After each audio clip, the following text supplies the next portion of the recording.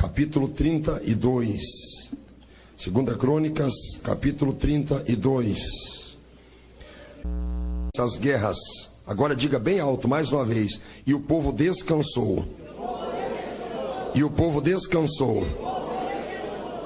Nas palavras de Ezequias, rei de Judá. Levante a sua mão. Diga comigo: Senhor Jesus, fala ao meu coração nesta noite, pela tua palavra.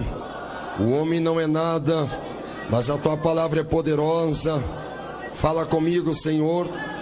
Me conforta, me confronta. Faça a tua vontade na minha vida.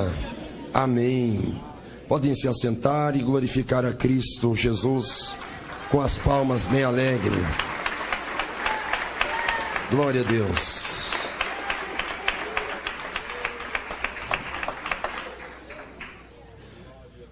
Muito bem, meus queridos irmãos, vamos tratar de forma bem breve da biografia de um rei que nós já estudamos sobre ele, mas nesta noite de uma maneira diferente. Vamos falar do rei Ezequias, um rei que teve uma passagem por Jerusalém, uma passagem honrosa e frutífera como rei de Jerusalém. Este homem, ele começa a reinar com 25 anos de idade. Ezequias começa a reinar com 25 anos de idade. É jovem, bastante jovem. Ele tem uma iniciativa que chamaria a atenção de qualquer crente. Ele chamaria a atenção de qualquer judeu ortodoxo ou conservador. A preocupação primeira dele não é uma preocupação de aliança com os reis ao redor. A primeira preocupação dele está escrita aqui no capítulo 29. No título, o título diz assim: Ezequias manda purificar o templo. Ezequias manda purificar o templo. Ou seja, a preocupação maior que ele tinha era com a estrutura do templo. A preocupação maior que ele tinha era com a limpeza, com a organização e também com a funcionalidade do templo. Ele está preocupado com o templo. Alguns poderiam se preocupar com alianças militares. Alguns poderiam se preocupar com a intelectualidade da nação, se preocupar com mantimentos. Eu até apoio, porque tudo isso é muito necessário. Mas a primeira preocupação de Ezequias foi com a purificação do templo. Quero dizer aos irmãos que querem ser vitoriosos, às irmãs que querem ser vitoriosas, nós, se quisermos obter vitória em nossa vida espiritual, em nossa vida financeira, em nossa vida social, na nossa saúde, em todas as esferas da nossa vida, antes de nós nos preocuparmos com trabalho e emprego, antes de nos preocuparmos com a nossa formação acadêmica, antes de nós nos preocuparmos com qualquer coisa, nós devemos ter uma prioridade. E a nossa prioridade tem que ser o templo. E quando eu digo de templo, eu não estou dizendo do ir e vir da igreja física que nós estamos aqui, chamada igreja local. Estou dizendo o templo do Espírito Santo. É preciso estudar, é preciso trabalhar, é preciso atender e atentar para todas as tarefas da nossa vida. Mas em primeiro lugar, nós temos que ter uma preocupação que o nosso templo, que é o nosso corpo, esteja purificado na presença do Senhor. Se quisermos ser abençoados de verdade, o nosso corpo tem que estar em santidade a Deus. Ele tinha essa preocupação com o templo. Ele tem uma preocupação, parece uma obsessão, uma preocupação muito séria, que nós vamos encontrar inclusive aqui no versículo de número 12. Os levitas purificam o templo. Ele dá incumbência para os levitas. Vocês vão trabalhar na purificação. Poderia ser o sacerdote, poderia ser o sumo sacerdote, poderiam ser os netineus, que eram os trabalhadores chamados até de escravos, para cuidar da purificação do templo. Não, serão os levitas, porque eles são separados. Eles estão na frente de todo mundo. Quando chega no templo, ou quando chega no átrio, ou quando chega no lugar santo, vai se deparar com os levitas. Eles são os mais vistos, eles são os mais enxergados. É por isso que o diabo luta contra o louvor. É por isso que o diabo luta contra a adoração dentro da igreja. Porque quando se chega, principalmente em Curitiba, quando alguém está chegando lá na porta, a primeira coisa que vai ver, ou é a banda, ou é o coral, ou são os grupos de louvores. Sabem por quê, meus irmãos? É a disposição parecida com a disposição do templo. Satanás odeia o louvor e a adoração verdadeira. E Deus propôs que seria desta maneira no coração de Ezequias.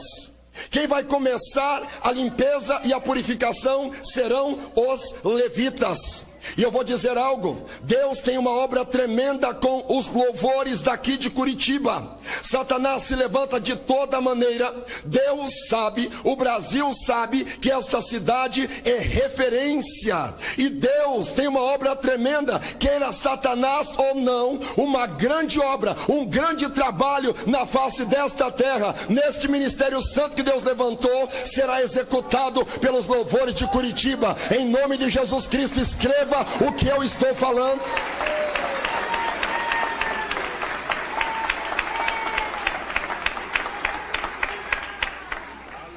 Por que eu estou dizendo isso?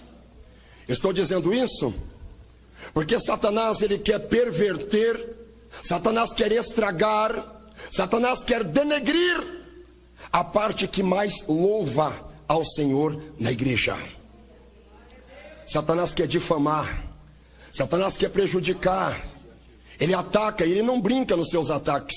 Vamos aos exemplos.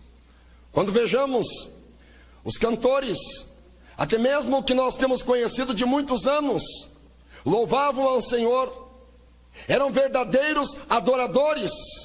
O inimigo começou a perverter, o inimigo começou a trabalhar para estragar, para atrapalhar. Hoje não são mais adoradores, são cantores gospel. É o que Satanás faz. A vontade dele é essa. Sabe o que eu louvo a Deus? Eu não tenho 40 anos ainda, mas faz mais de 40 anos que Deus tem levantado uma equipe para louvar aqui dentro dessa igreja. E Deus vai segurar e vai manter. Nem que de vez em quando Deus dá uma chacoalhada na figueira, mas continua firme para a honra e a glória do nome do Senhor. Porque Deus levanta um povo para adorar o nome dele de verdade. Mesmo que as portas do inferno se levantem, elas não prevalecerão.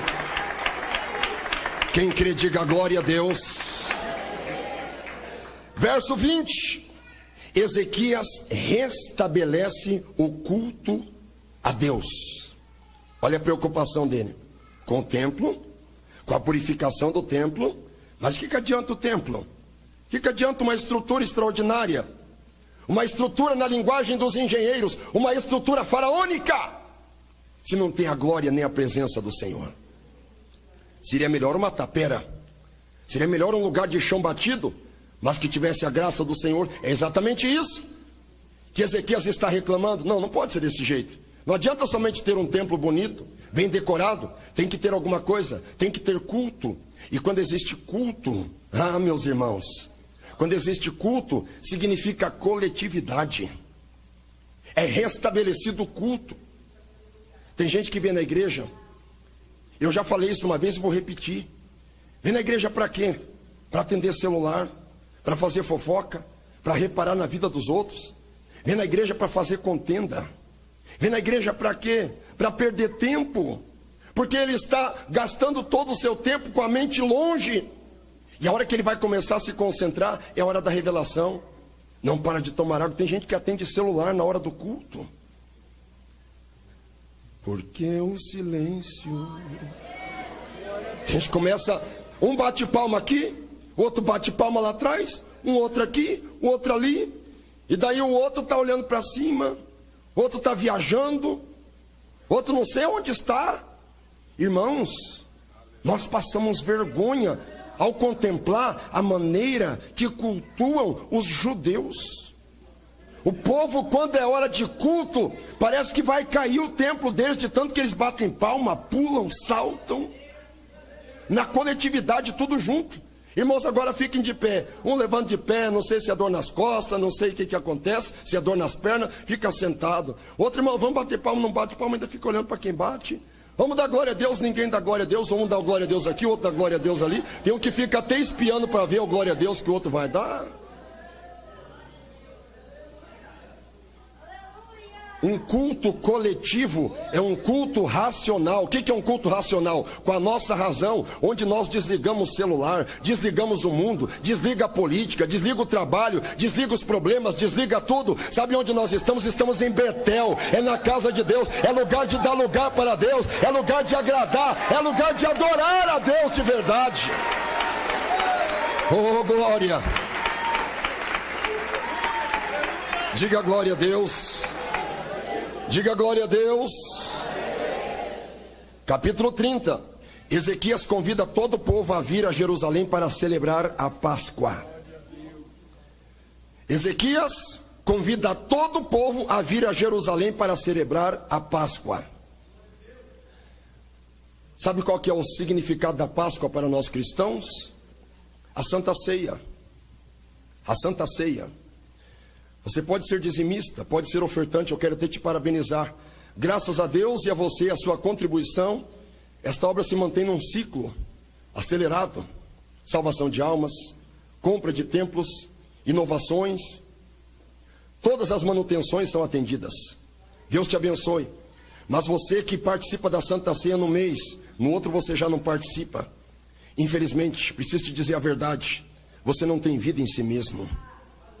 Você, minha irmã, que qualquer probleminha em casa, qualquer dor de cabeça, você já não participa da Santa Ceia do Senhor, e vai passando o tempo, e ninguém olha a tua carteirinha mesmo, e ninguém vai ficar ali te cobrando, irmã, participa da Santa Ceia, participa da Santa Ceia. Jesus foi quem falou: quem não come da minha carne e não bebe do meu sangue não tem vida em si mesmo. A não ser que você esteja em pecado, aí não tem problema, aí é só você confessar, assumir a tua prova, mas ficar fora da Santa Ceia. Desse jeito, você está tendo a fama que está vivo, mas você está morto. Ezequias se preocupou com a Páscoa. E a Páscoa de Ezequias foi tão tremenda que não teve outra parecida desde os dias de Salomão, quando se matou tantas vítimas, tantos bois, tantas ovelhas, tantos novilhos no dia de Salomão, pois Ezequias fez uma festa parecida. E se eu disser para você que a cada Santa Ceia que nós vamos participar, o Senhor Jesus Cristo, Ele está ali atento, preocupado, esperando, vendo o momento em que todos estão no banquete assentado com Ele. Participe da Santa Ceia, minha irmã. Será que um casamento, ou talvez uma festa, ou talvez uma dor de cabeça, ou talvez uma viagem, ou talvez qualquer outro problema que te aconteça, é mais importante que a Santa Ceia do Senhor? Será que existe aqui na terra algum sacramento mais importante do que esse? Ezequias entendia que a Páscoa precisava ser lembrada e celebrada. Jesus ordenou para celebrar, lembrando dele até que ele venha. E os novos convertidos já vão aprendendo aqui. Não vai no embalo dos crentes que não participam de Santa Ceia e leva a Santa Ceia de qualquer maneira, não. Não faça isso, cuidado. Você está correndo um risco de fazer parte daqueles que constituem números e estatísticas mortas na igreja. Participe da ceia. Valorize a ceia. Ah, pastor, mas e se eu estiver fazendo alguma coisa, eu posso participar da Santa Ceia? É claro que não, mas é por isso que você pode se santificar. Quando você tem no teu coração um respeito, um compromisso com a Santa Ceia, o próprio Deus te dá força para você ser fiel. O próprio Deus te dá força para você ser fiel. O próprio Deus te dá força para você se manter na palavra. Glória a Deus.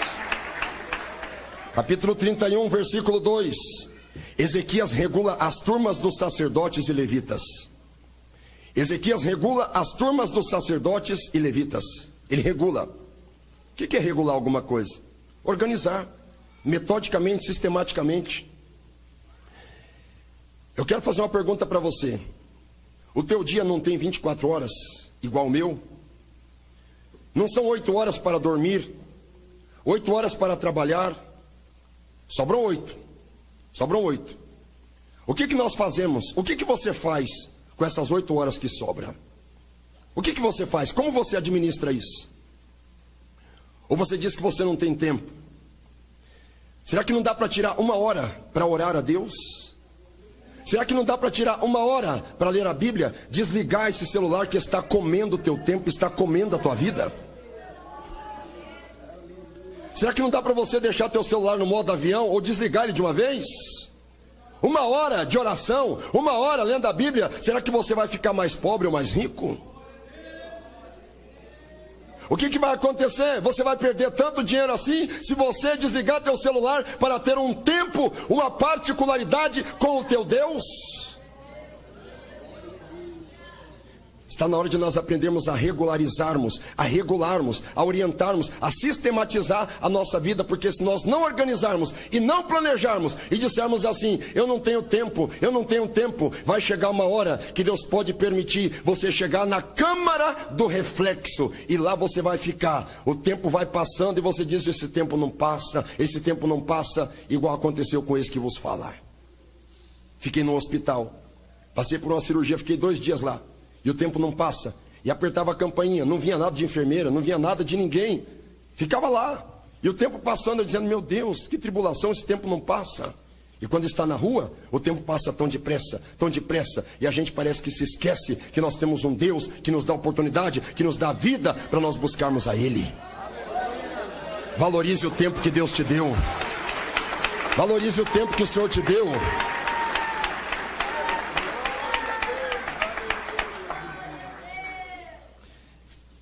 Essa é a preocupação de Ezequias. Quem concorda comigo que foi um bom trabalho? Quem concorda? Quem concorda comigo que com essa organização e essa preocupação dele, o diabo fica quilômetros longe dele? Quem concorda? Não sou do contra, mas não fica longe não. Aí que o capeta começa a rodear. Aí que Satanás se levanta. Quanto mais você se santifica, quanto mais você purifica o templo, quanto mais você regula a sua vida para servir mais a Deus, quanto mais você tem dedicação participando da Santa Ceia, mais o diabo se revoltará contra a tua vida. Se não leiamos aqui. 32, capítulo 32 de 2 Crônicas. Depois destas coisas, que coisas? Da purificação do templo, da celebração da Páscoa, da regulação dos turnos dos sacerdotes, dos levitas, dos netineus e de todos os trabalhadores do templo. Depois da preocupação que ele tem em fazer funcionar o ciclo do templo, Satanás se levanta, personalizado por Senaqueribe. Depois dessas coisas e dessa fidelidade, veio Senaqueribe, rei da Síria, e entrou em Judá. Você escutou? Sabe o que é Judá? É o estado supremo, cuja capital é Jerusalém. Senaqueribe entrou em Judá, entrou no território que não era dele. Aí alguém diz assim, pastor, o pastor não quer me dizer que Satanás consegue entrar em alguns lugares restritos, em alguns lugares que para ele são proibidos? Olha, irmão, desculpe, mas tem gente que é tão inocente que pensa que o capeta não consegue entrar nem até dentro dessa igreja aqui. Aí alguém diz, pastor, o diabo entra aqui? O que você acha de vez em quando que algumas pessoas urram quando estão endemoniadas? Gritam. Por que será? Pastor, mas o diabo... O que acontece quando Jó está sendo provado, prestes a ele ser provado, comparece os filhos de Deus na presença de Deus, e sabe quem vai junto? Satanás. Que lugar é esse? Que ambiente é esse? Você sabe onde é que Satanás derruba Eva e Adão? Dentro do paraíso. Você sabe a ousadia de Satanás? Manchar as vestes do sumo sacerdote. Sabe a ousadia de Satanás? Tentar a Cristo, o Filho de Deus. O diabo não é brincadeira. Ele entra sim. É para você não duvidar que ele tem a capacidade, a sagacidade, a astúcia, se você vacilar, de entrar até na tua casa. E tem pessoas que brincam com o diabo, e ele entra mesmo. E se deixar, ele entra, ele não vai bater na porta pedindo com licença. Se você pensa assim, você está confundindo com o Espírito Santo e com Jesus. Eles são educados, Satanás não. Ele vai arrombando e vai entrando. E ele entra mesmo. E ele não é brincadeira. E ele invade. Só tem uma maneira. Através do poder do nome de Jesus Cristo, ele é escorraçado para a honra e a glória do nome do Senhor. Só desta maneira. Oh, glória. Ele entra. Entrou em Judá. Entrou em Judá. Escuta essa parte. E acampou-se contra as cidades fortes. E intentou separá-las para si. Eu já falei que Satanás é covarde e nos ataca na fraqueza e na vulnerabilidade. Mas eu preciso colocar um adendo aqui, eu preciso adicionar algo. Satanás não ataca somente nas fraquezas, nas vulnerabilidades, o diabo ataca pontos fortes também. E quais são os pontos fortes? Situações que nós nos sentimos seguros. Pensamentos que vêm na nossa mente, que a gente se apega naqueles pensamentos, nem que seja alguma coisa que aconteceu há muito tempo atrás, que é o que nos dá força, nos dá âncora, pois Satanás quer ridicularizar isso também, para que nós não tenhamos lugar para se segurar. São os lugares fortes, fortalezas. E sabe uma fortaleza que o diabo tem atacado? Lares. Deixa eu diferenciar lar de casa. Dinheiro compra uma casa, compra uma mansão, mas não compra um lar. E quando você pode ter problema na igreja, pode ter problema no trabalho, na faculdade, tem um lugarzinho, é o cantinho do céu na terra, que você pensa, eu vou para o meu lar. E às vezes você chega no seu lar, e lá no seu lar, você percebe que você está sendo vituperado. Dentro de casa, lá no seu lar, você está sendo humilhado. Lá no seu lar, você está sendo atacado. É porque o diabo está atacando fortalezas, está atacando lugares fortes. E ele é tão covarde, que quando ele entra nos lares, ele entra para bagunçar os lares. Ele começa a dividir, porque ele quer tirar para si. É o que a palavra diz aqui. E intentou separá-las para si. Por que separar? Método da divisão. Você já tentou arrebentar uma corda? Você já tentou puxar uma corda para arrebentar? Você não vai fazer isso, a não ser que a corda esteja podre. Senão você vai perder teu tempo. A corda não arrebenta. Agora, se você com paciência vai cortando fio por fio daquela corda, vou dizer até um cabo de aço, você vai torcendo cada um dos fios pequenos, finos, vai torcendo, até que você arrebenta inteiro um cabo de aço, desde que você tenha paciência para isso. Você arrebenta. E assim Satanás vai fluindo, vai penetrando nas fortalezas, e vai dividindo, e coloca a esposa contra o esposo, os filhos, e já coloca um lá no canto trancado, já coloca o outro lá na sala com o celular, o outro já vai lá para a cozinha, atribulado com o computador, outro aqui, outro ali, e hoje com a tecnologia, as pessoas têm com o que se entreter. Antigamente, quando os casais brigavam, ficava só um pouquinho lá, um longe do outro, já não tinha o que fazer, já ia lá e já brigava, já se pegava já na pancada mesmo ali, porque não tinha o que fazer. Agora, quando eles brigam, ela já tem o que fazer lá na internet, ele também já tem o que fazer na internet, cada um já tem o que fazer. Estratégia de Satanás. Primeiro, invade as fortalezas, divide as pessoas. Divide os homens, as mulheres, as crianças, vai dividindo, vai colocando mágoa, vai colocando angústia. Qual que é a finalidade? Tomar para si. E tem muitas famílias que Satanás já tomou para si, já roubou até o título de família, já não passa mais de um ajuntamento social cheio de contenda, já não é família mais. Eu quero parabenizar você que estava nessa situação, eu digo estava, você estava e veio buscar ajuda. Jesus está aqui, Ele vai unir a tua família de novo, Ele vai restaurar a tua família de novo, porque Ele tem poder para isso. Quem dá glória a Deus? Aleluia. Verso 2: Vendo, pois, Ezequias que Senaqueribe vinha, Ezequias viu. Se Ezequias estivesse num plano de altura, suponhamos que eu estivesse aí embaixo, eu não conseguiria ver quem está no último banco. Só que como eu estou aqui um pouquinho mais elevado, eu consigo ver quem está lá no último banco, porque eu estou numa altura privilegiada. Para Ezequias contemplar o adversário que vinha na direção dele, ele tinha que estar num lugar mais alto, ele tinha que estar vigiando, ele tinha que estar na torre. Tem muita gente que Satanás já entrou dentro da casa dele e ele não percebeu. Cuidado, minha irmã, com o que teu filho acessa. Cuidado, meu irmão, com o que teu filho acessa, meu irmão. A tua esposa, teu esposo. Você, minha irmã, que tem essa mania de ficar toda despreocupada, de deixar as coisas acontecer de qualquer jeito. Cuidado, você, meu irmão, cuidado com a tua família. Cuidado com os teus filhos. Cuidado com quem se aproxima da sua família. Cuidado com as conversas muito melosas e amorosas. Cuidado. Não estou aqui estimulando um tipo de apartheid espiritual, mas é preciso ter vigilância, porque Satanás, ele não avisa a hora que ele chega. E se você estiver cego espiritualmente, você não vai contemplar quando ele vai chegando. E quando ele chegou, aí você vai ter que agir corretivamente para corrigir, e talvez não tenha mais tempo.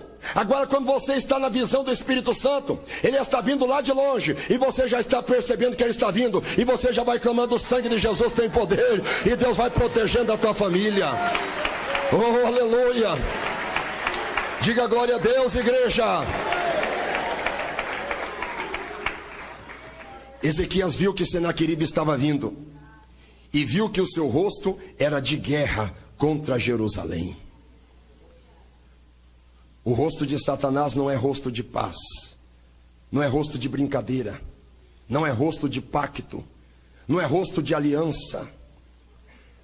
Satanás vem para matar, roubar e destruir, mas Jesus vem para dar vida e vida com abundância. Quando Ezequias percebe isso, sabe o que ele faz?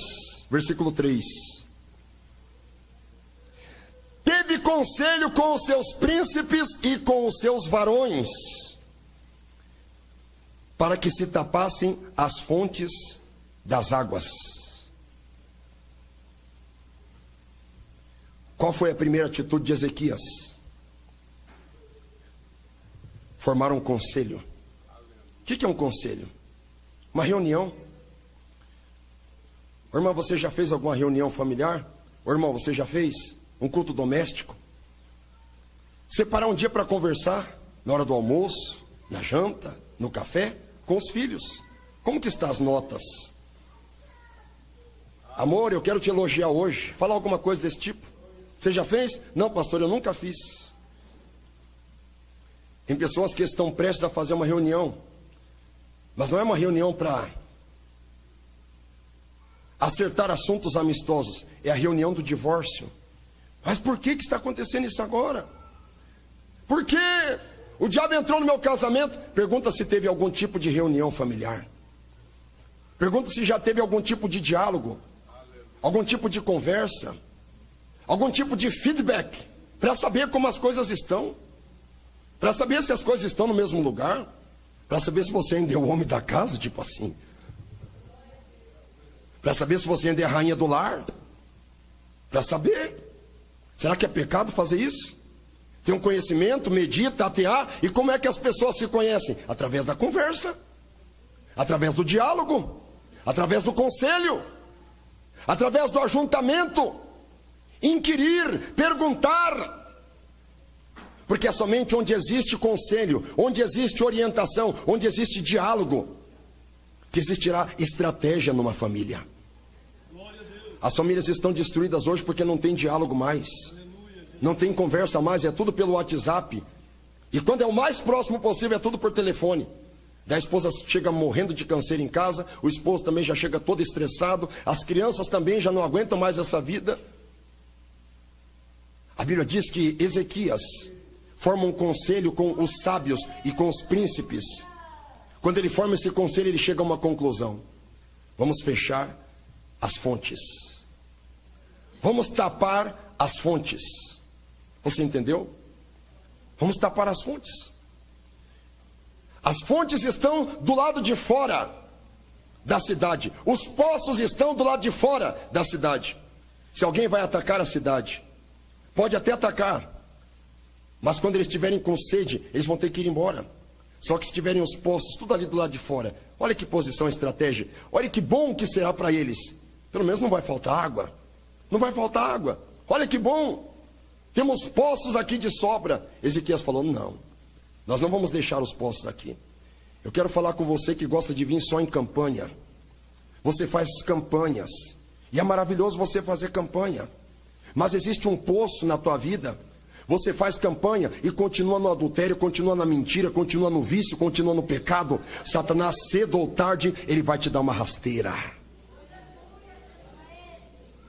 Você que é crente participa da Santa Ceia do Senhor, você participa do corpo do Senhor, você até prega a palavra de Deus, você até canta na igreja, você até louva na igreja, mas você não abandonou a mentira branca, não abandonou a falsidade, não abandonou a maldade no teu coração, não abandonou aquilo que desagrada a Deus. Existem poços abertos na sua vida. Você pode ser dizimista, você pode ser ofertante, você pode ser frequentador, você pode ser o que for, mas se existir poços abertos na sua vida, haverá aí um lugar para Satanás roubar as bênçãos de Deus, haverá aí lugar para Satanás te enganar.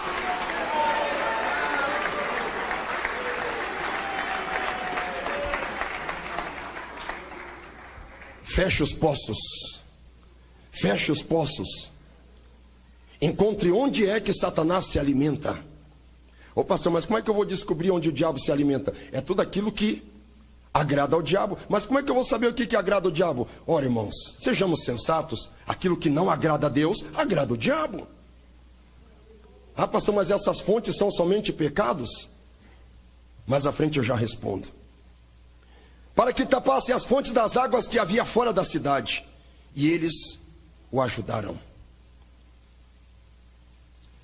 Verso 4: assim muito povo se ajuntou e tapou todas as fontes. Quem conhece de poço sabe que os lençóis freáticos são inexauríveis, ou seja, sempre vai estar jorrando água. Então, se tiver só um poço, é o suficiente para o exército fazer rodízio, e eles não vão morrer de sede. Eles vão fazer rodízio. Agora tem que ser tapado todos os poços. Não adianta você olhar para o pecadão, você diz, eu não vou praticar o pecadão, eu vou me cuidar com o pecadão, mas você ainda tem o pecadinho. É uma fonte, é um poço que Satanás ainda se alimenta. Você quer ter vitória? Vou repetir, você precisa se preocupar que sejam tapados todos os poços. Todos. Todas as fontes. Amém?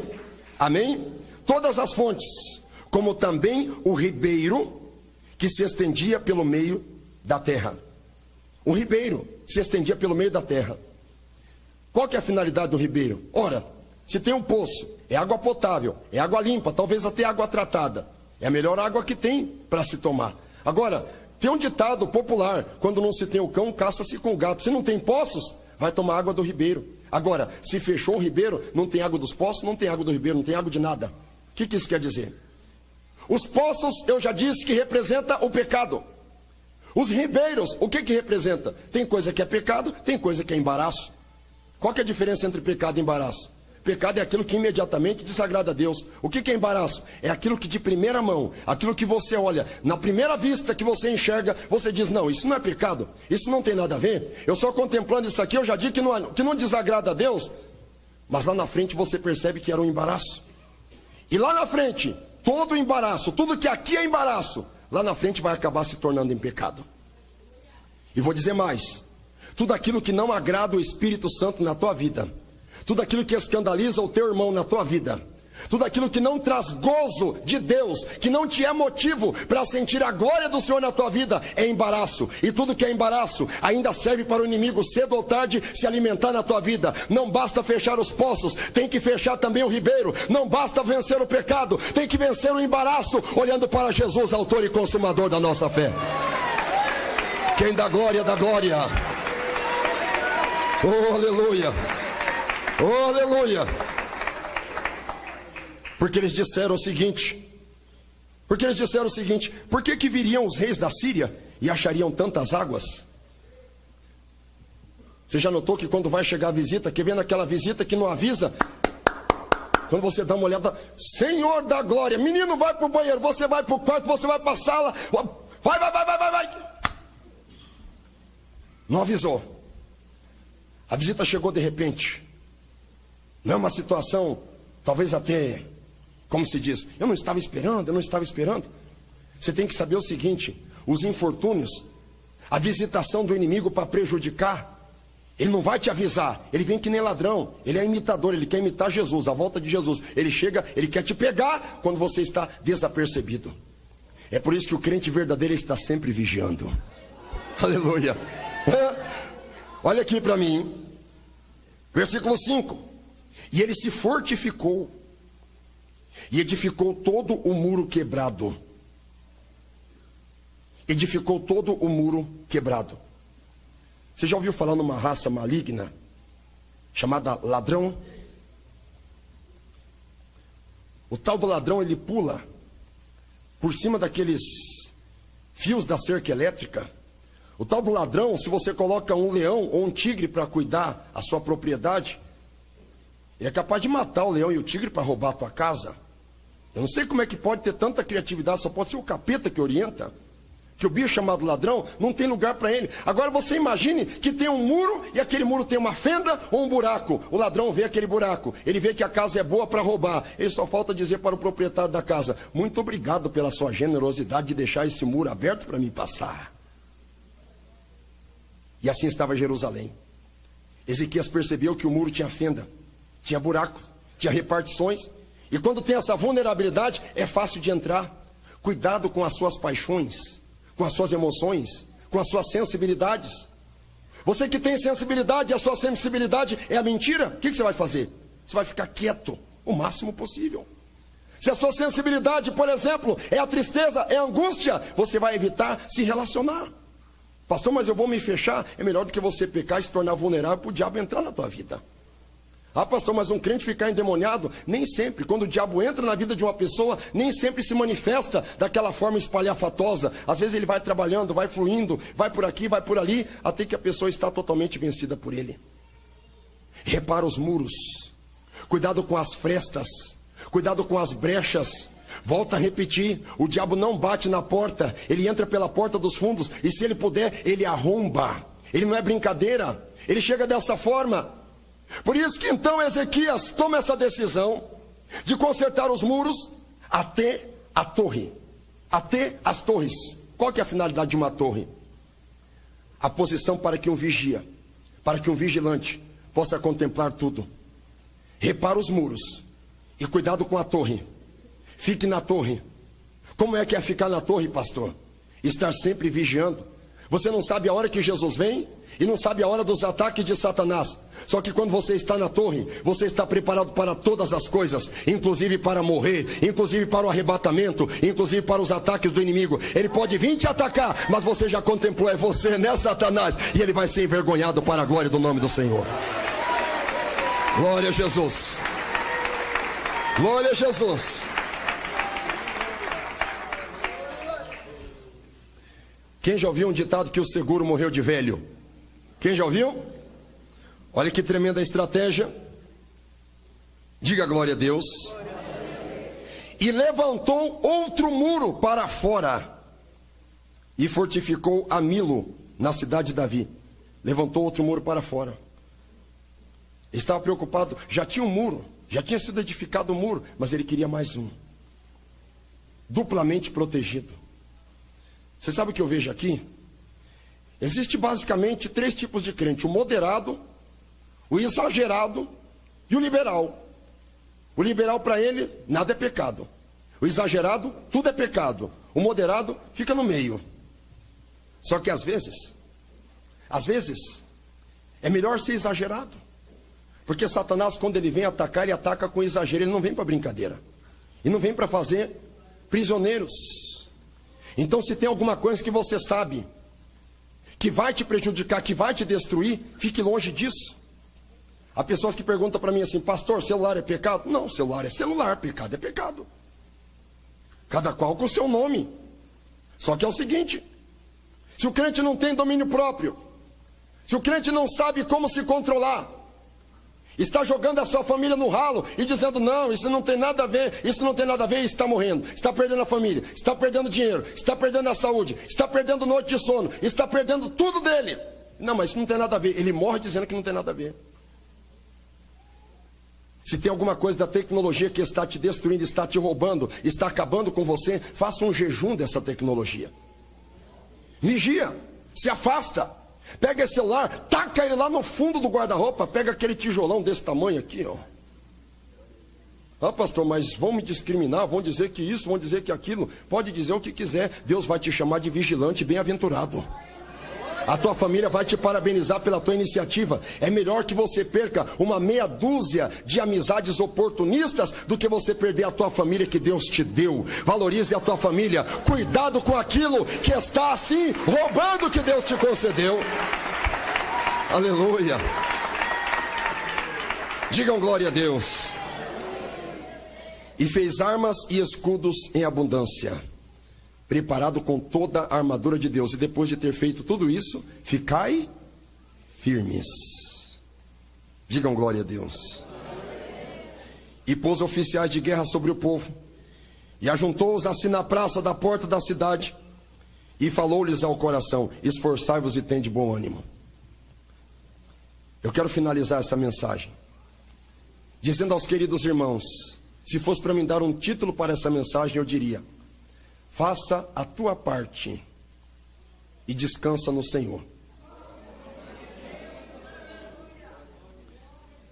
Sabe por que eu digo isso?